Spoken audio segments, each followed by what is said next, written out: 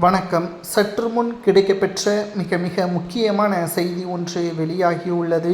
சசிகலா அவர்கள் வெளியிட்டுள்ள மிக முக்கியமான அறிவிப்பு.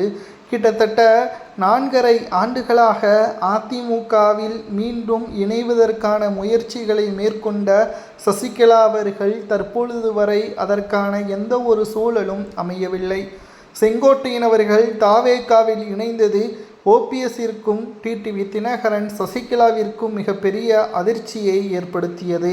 மேலும் சசிகலா அவர்கள் எடுத்த முடிவு அதிமுகவை எப்படியாவது கைப்பற்ற வேண்டும் என்பதையும் நம்மால் பார்க்க முடிந்தது.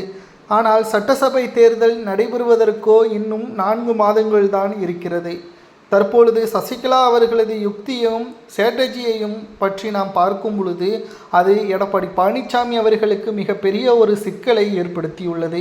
தென் மாவட்டங்கள் வட மாவட்டங்களில் உள்ள அதிமுகவின் மிக முக்கியமான தொண்டர்களை தனது ஆதரவாளர்களாக வைத்துள்ள சசிகலா அவர்கள் வருகின்ற சட்டசபை தேர்தலில் இவர்கள் எடப்பாடிக்கு ஆதரவாக களத்தில் வேலை செய்ய மாட்டார்கள். தென் மாவட்டங்களிலும் வட மாவட்டங்களிலும் அதிமுக மிகப்பெரிய தோல்வியே தான் தழுவும் என்றும் சசிகலா அவர்கள் கூறியுள்ளார். இது நடைபெறாமல் இருக்க வேண்டும் என்றார் அதிமுகவில் தன்னை மீண்டும் இணைத்து கொள்ள வேண்டும், தனக்கு முக்கிய பதவிகளையும் அதிகாரங்களையும் வழங்க வேண்டும் என்று சசிகலா அவர்கள் செய்தியாளர்களது சந்திப்பின் பொழுது தெரிவித்துள்ளார். ஆனால் ஒருபோதும் அதிமுகவில் சசிகலா அவர்கள் இணைவதற்கு வாய்ப்பே இல்லை என்று கடந்த சில நாட்களுக்கு முன்பாகத்தான் எடப்பாடி பழனிசாமி அவர்கள் கூறியதும் குறிப்பிடத்தக்கது.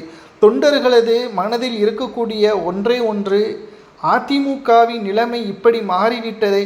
எடப்பாடியின் சுயநலத்திற்காக அதிமுகவில் பல்வேறு நபர்களை நீக்கியும் கட்சியிலிருந்து ஒட்டுமொத்தமாக விலக்கப்பட்டிருப்பதும், திமுகவை வீழ்த்த முடியாமல் பிற கட்சிகளுடன் கூட்டணி பேச்சுவார்த்தைக்காக தயக்கத்துடன் பல மாதங்களாக பேசுவதும் தற்பொழுது அதிமுகவின் தொண்டர்களுக்கு மனதில் லேசான காயம் இருந்து கொண்டுதான் இருக்கிறது. கடந்த தேர்தல்களில் ஒரு இடங்களில் கூட வெற்றியடையவில்லை. பல்வேறு இடங்களில் டெபாசிட் இழக்கக்கூடிய நிலைமைக்கும் தள்ளப்பட்டது இரட்டை இலை சின்னம். இதை உருவாக்கியது யார்?